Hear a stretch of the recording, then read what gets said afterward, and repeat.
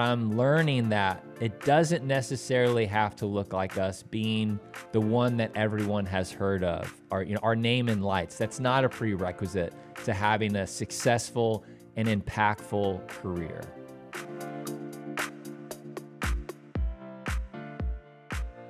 So we've got Tim Schurrer with us. Hello. Hey. Tim is coming to us from Nashville, Tennessee. And Tim, your book, The Secret Society. No, I'm not saying it right because it's The Secret Society of Success. So why are we talking about this is on the down low, you know? The beautiful part about this is we all are invited. You too can be a part of the secret society of success. That's exciting. Wow. Are we going to do that the whole time? Every time we get to it, it's just the secret. Yep. Is there a secret handshake? I've we'll always see wanted what to know happens one at of the end those. of this. Right. Yeah. This is exciting. Might as well put one together. We have to put, yeah, exactly. Yeah. So Tim, the subtitle of your book, Stop Chasing the Spotlight and Learn to Enjoy Your Work and Life Again. And isn't that true? I think we all look at success as something that's big, something that's huge, something that is in the spotlight. That's not necessarily the case, is it? There's somebody I've been very inspired by in thinking about all of this, and it's somebody that most people have never heard of. He's a secret, but he is remarkable. And a lot of people know Apollo 11, Neil Armstrong, Buzz Aldrin, one small step for man, one giant leap for mankind. Right. But people don't know Michael Collins is the guy who Ubers Neil and Buzz to the moon. He drops them off. They do all the various tasks they have to do on the moon's surface while he actually stays back in the command module, orbits the moon something like 26 times until those guys are ready to be picked up and brought back to Earth. And what I love about Michael and his approach is when he sits down with the press, he talks about how content he was to have had one of those seats. It would have been so easy for him to try to play the victim and say something like, it sure would have been nice to actually walk on the moon, but he doesn't do that. Yeah, because he just sat there and watched his pals doing it. He didn't get to. But what's amazing is he found contentment playing his role. And I think for so many of us, the definition of success that culture is handing to us, the thing that we are being bombarded with is to be successful, you have to step into the spotlight, climb the ladder, be the boss, chase whatever version of success that has been dangled in front of you in your career. But I just wanted to ask, do we have to walk on the moon to be happy? And as I've been navigating my career over the last 15 years, gathering stories like I have with Michael Collins and learning from them about this new definition of success, so if it's not money, fame, and power, what is it? And I think that I'm learning that it doesn't necessarily have to look like us being the one that everyone has heard of, or our name in lights. That's not a prerequisite to having a successful and impactful career. Oh, that's good. That's really good. Love it. Tell us about the, especially in our ministry-minded world, it's easy to deflect any attention that is directed to us. Is there a way to accept a compliment without falling into that spotlight mindset? I have no problems with being recognized for doing great work. I think there's just a human part of that. We want to show up. We want to feel like we matter and that we're valued. The problem starts to come when it is our motivation. It almost is this thing that we are demanding. Like we do the work for the recognition. We almost like demand that people pay attention to us. And I think we see examples of this all over the place. And I overheard someone at the airport once saying to her friend, I just want to be famous. And her friend said, well, what would your platform be? And she says, I don't even care. right? It's like she was wanting to do anything that she could to be recognized. And I think that's where it becomes problematic. But to do great work, to show up and make an impact in people's lives, that's not the problem. It's when we're demanding that we are recognized for it. That's good. You talk about walking into a room with a "who am I here for" focus.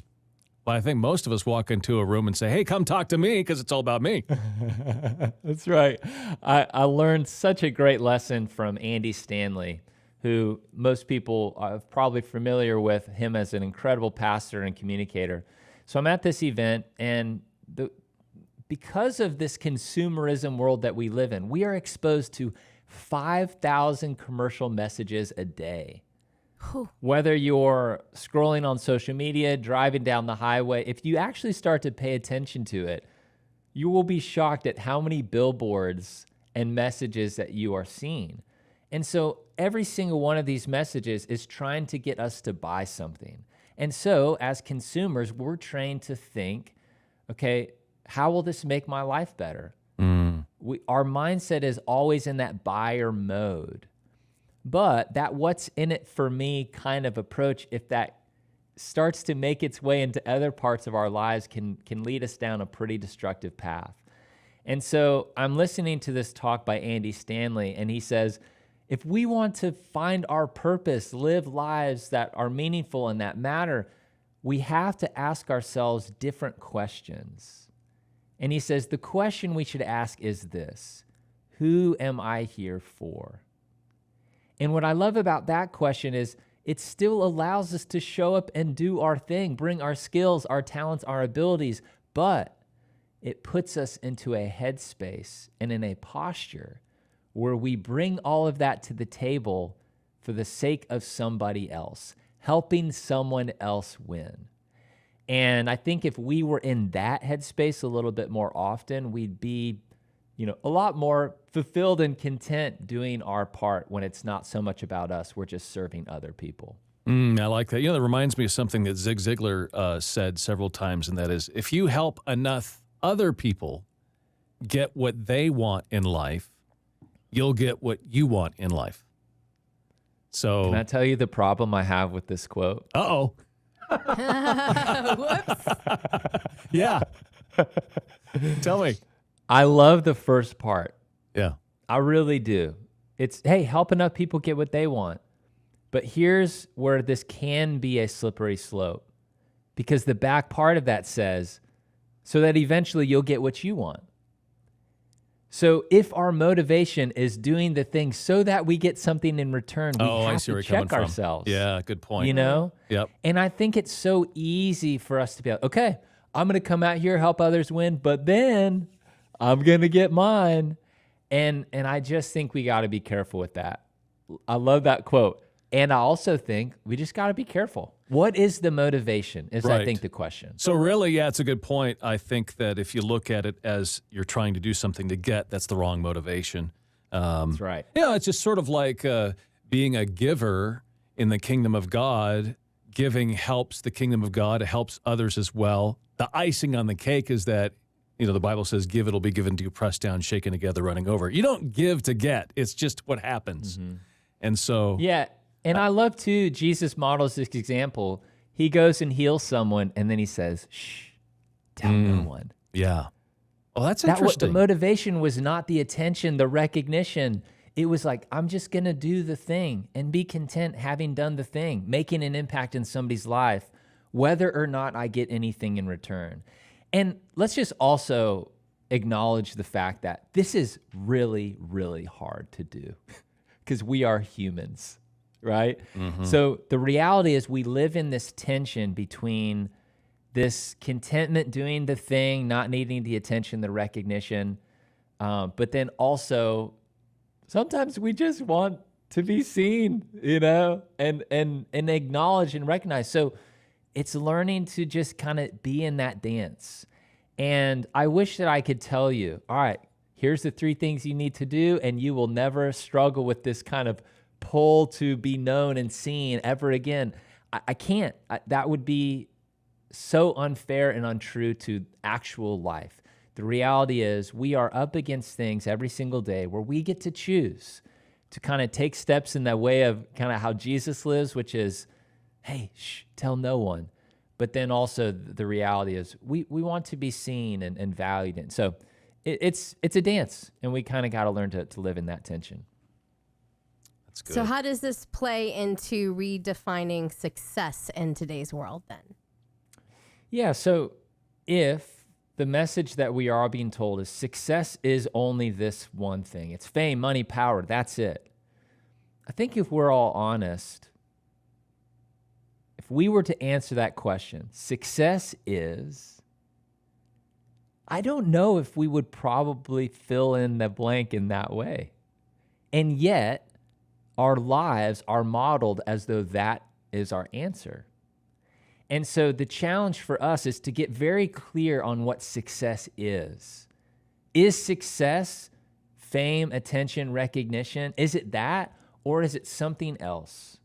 And so Andy Stanley, even just with that who am I here for approach, he's helping us redefine what success is.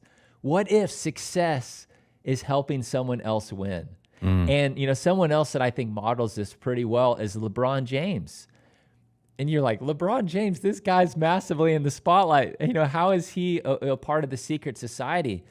Well, the secret society has less to do about your position on the org chart or how much visibility you have. It's more about your posture and how you show up. And in 2020, LeBron and the Lakers won the NBA Finals. And you'd think a guy like LeBron would want to be the scoring leader in the NBA, the guy who's just, taking it to him every single game. But what I love about what happened in 2020 is LeBron actually led the league in assists. So the way that he chose to play and show up, and ultimately then how he and his team won, was by him setting other people up to score. So what if success is in the assist? And so many of the chapters in my book, I'm just breaking down, okay, so if success isn't money, fame, and power, let me just give you some stories and some examples of maybe how we can define success instead. And that LeBron example, success in the assist, is one of those ways for sure. So why the secret society? Unpack that for us. What does that mean? Yeah.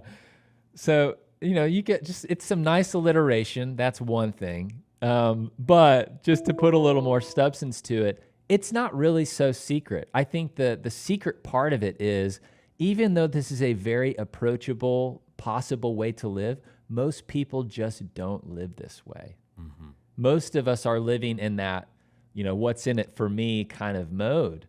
We want to climb the ladder. The journey is about us. And so there's this whole other approach, this secret approach, that when you actually start to see people in the secret society, you're like, oh man, they're everywhere.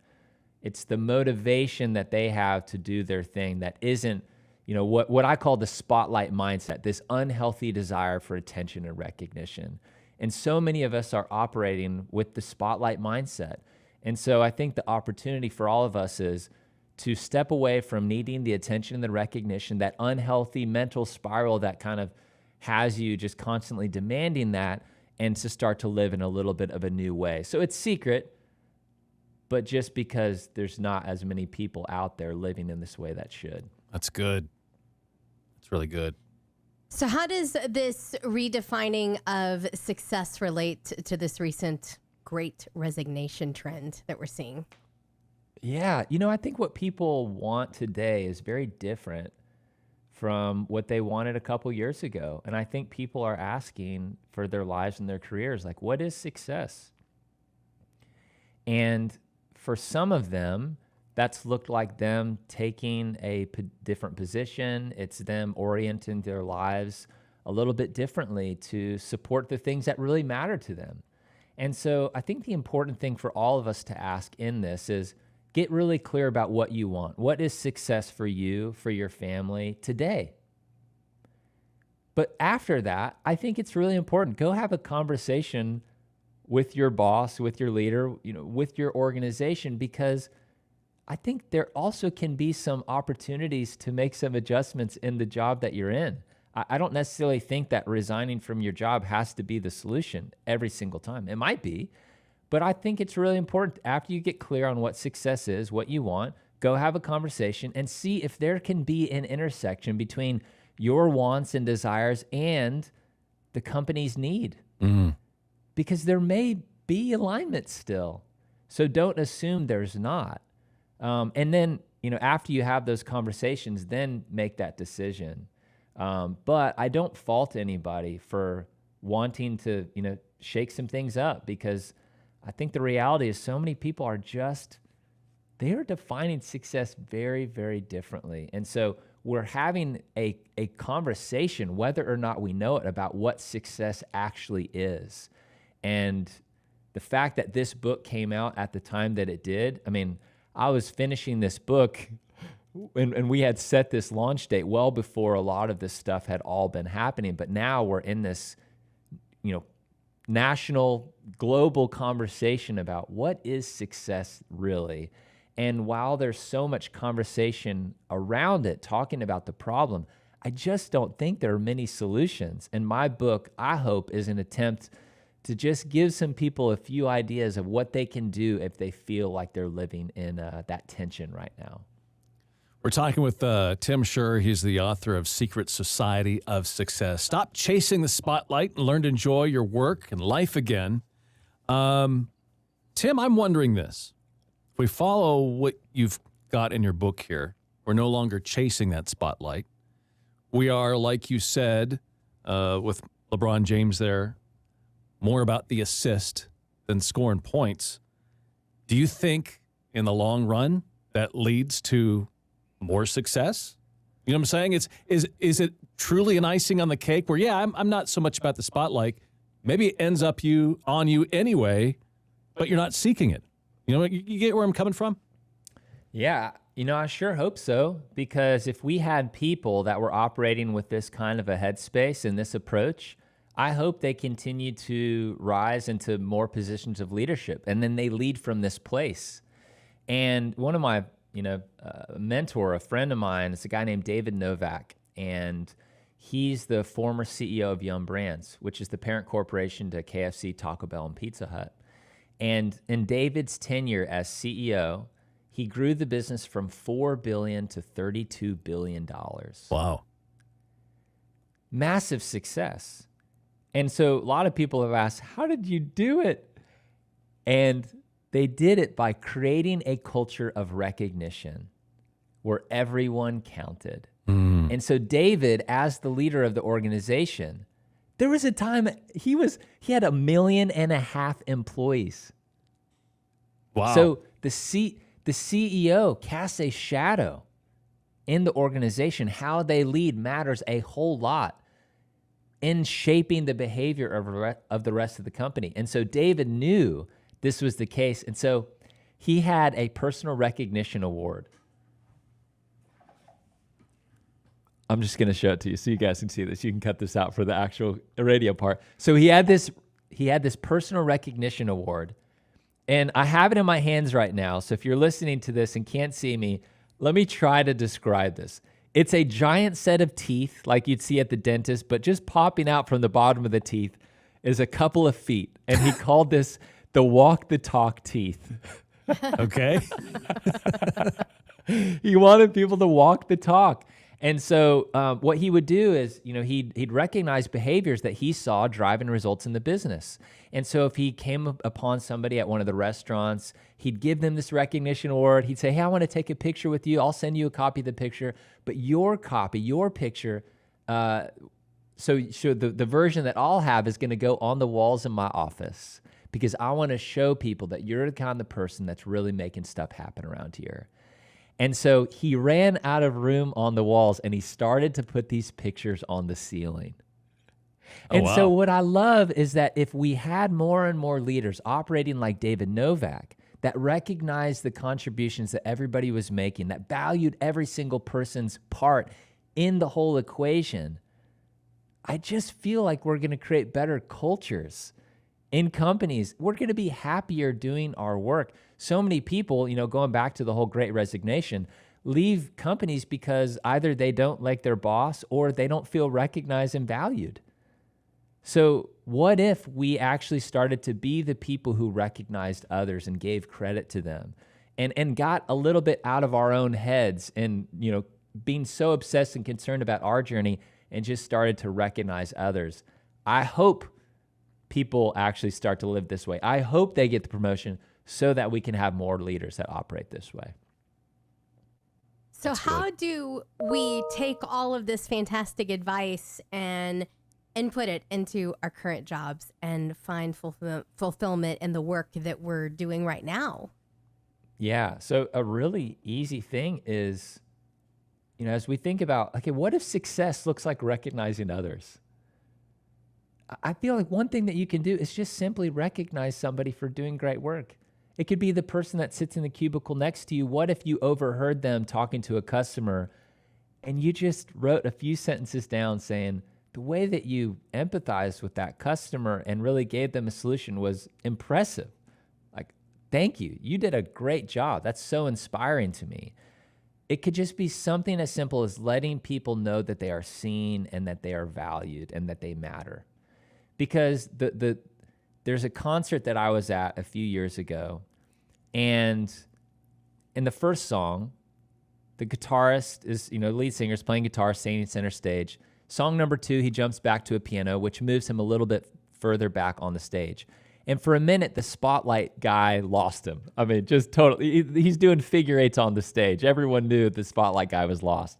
So the lead singer calls him out, says, "Gotta stay with me, bro." And, everyone laughs and goes on. But I'm sitting there in my seat thinking, isn't it interesting that if that guy running the spotlight is doing his job with excellence, he becomes invisible. Mm-hmm. And I think so many people feel invisible because they're not recognized for the work that they do. And so what they do in response is they start demanding attention. They start to do the thing that they've seen other people do that has gotten them, the raise or the promotion, is they just talk about themselves all the time. So I think that we can be people that recognize other people's contributions. And that's one thing. But the other is, what if we actually just started to fall in love with the work, whether or not we got the credit or the recognition that we felt like we deserved? What if we truly got content with that? I think if we do those two things, we're going to be in a better headspace. Mm-hmm. I can't control if you're going to get the raise, but I think your happiness is in the balance here, right? And that matters too. That actually matters a whole lot. That makes a lot of sense. If you are doing what you're doing to get an attaboy or an attagirl, then your happiness is really conditional on what you get back. And that means the world. I think if that is not as important, then yeah, you're going to be more content and happy. Yeah. And if we think about this, what is success? Well, I feel like success is me enjoying my work and actually enjoying my work. Not only the thing that I'm doing, but also the headspace, how I show up. That matters. So start to prioritize some of these things. Well, then think, okay, if I want to have a good headspace, how can I show up? And a lot of what we've been talking about is the way that we do it. And I have this plaque in my office, which is a replica of a plaque that sat on Ronald Reagan's desk when he was president. And it says, "There is no limit to what a man can do or where he can go if he doesn't mind who gets the credit." So maybe today you're willing to do the thing simply for the joy of doing the thing, not that you get the credit or the recognition. But maybe even you're someone who's more actively giving recognition and credit to other people. I just feel like you put that good out into the world, some really beautiful things can happen. That's good. Is there an experience or something that you learned along the way in your career that kind of steered you down this road? I wanted to be the next John Mayer. Oh, really? Okay. When I was in college, I wrote a couple songs, which turned into a couple CDs, which turned into those, songs being on iTunes and everywhere. And I was touring and traveling. And the further and further I got down that road, the more and more unhappy that I became. Because everything around me, the people that I was alongside in college, I had some pretty talented friends. Being in Nashville at Belmont University, there's people who are very, very skilled. And so much of my success, I was looking at it being contingent on how I compared against them. And this is back in the day of MySpace. So I was MySpace. Checking MySpace plays, which, to somebody that doesn't know what MySpace is, just go to Spotify and look at the monthly listener count. That's kind of it. You're just seeing how many plays you had compared to somebody else. And it's interesting because over the last 15 years, I've gone from wanting to be the next John Mayer, wanting to be the guy who everyone knew, and then I've settled into roles behind the scenes. So spent almost a decade working alongside Donald Miller and a couple others as well. And I've just found so much contentment and fulfillment playing the role that I had to play and serving somebody else's mission. And I no longer look at success as having to be, John Mayer. Spoiler alert, that didn't happen. I think that's probably clear by now. But I just think the opportunity is available to so many other people too. I started to just think about success isn't only this one thing. Maybe we're more like Michael Collins. Maybe we can actually find contentment having one of those three seats. Or maybe we have the opportunity at some point to have the kind of impact that like a Andy Stanley or LeBron James or, some of the other stories we've been talking about, people do know your name. But if you can also operate from a posture of helping others win, assisting others, thinking, who am I here for? I think both of those are good. So don't just see only one path. Find what success is for you and live into it. That's good. Yeah. What do you think God's ultimate view of success is, and how does that play into what you're talking about here? So if there's a common denominator, a key characteristic of every single person in the secret society, it's this foundation of serving others. And, this is a business book, so I tried to write it in a pretty faith-neutral way, even though I'm a person of faith. I wanted to be able to impact this whole culture of business with some biblical principles. The thing that we're talking about is serving others, thinking less about ourselves and maybe thinking more about other people. Where do we learn that from, right? Yeah. So how do I think God looks at success? I think if you ask God to fill in the blank, I don't know if this feels dangerous for me to start to answer for God, but I think that he would probably be happy with an answer like success is serving others. It sure seems that way. Yeah. Right? Like, so if that's the goal, if that's the model that we all should follow, how can we orient ourselves and our lives in that way? And, I love this quote. It's really been a North Star for me. It's by this guy, Albert Schweitzer. And he says, "I don't know what your destiny will be. Perhaps some of you will occupy remarkable positions. Perhaps some of you will become famous by your pens or as artists. But I know one thing. The only ones among you who will be really happy are those who have sought and found how to serve." I think that's the challenge for all of us. That's a good point. Wow. Yeah. Love it. One more question. What brings you joy? Hanging out with you guys is pretty fun. I'm enjoying this for sure. That's the best answer yet. Man, he's got good answers. Love it. I really love being with people. Yeah. And I've been fortunate enough to build winning teams where people were not competing against one another, but we were competing with each other, solving problems. one of the big paradigm shifts that we talk about at StoryBrand, which is what I did with Donald Miller for so long, we talked about how as a brand, you're not the hero. Your customer is the hero. You are the guide. Like you are Yoda. Your customer is Luke Skywalker.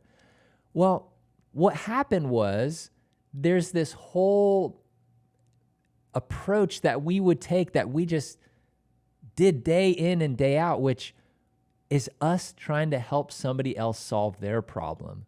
We're the guide. Well, what's another way to say that? It's a lot of what we've been talking about so far in this conversation. Help somebody else win. Serve somebody else. And so I got so much joy from working in an environment where that was how we showed up. I get so much joy seeing other people win. And when you get to do that in community, it's pretty fun. That's cool. Yeah, that's neat. Well, hey, if you want to check out Tim on his podcast, he's the host of Build a Winning Team podcast. And yeah, check that out. I'd love to hear it now that I know how to build a winning team. And also what's fun is I got to narrate my audiobook. Oh, wow. Okay. That's So cool. on the audiobook, I actually have a couple bonus interviews. And David Novak, the guy that we were talking about, we talked all about how you create a culture of recognition. How can you actually implement this into a business? And so, yeah, a lot of radio listeners might also be audiobook listeners. So That's true. I'll read it to you. Good point. Thank you, Tim. Thanks for your time. Really appreciate it. Yeah. Oh, my appreciate it. pleasure. Thank you all so much for having me. It's been a joy. So much fun. Wonderful. Thank you. We had a blast as well. Good stuff.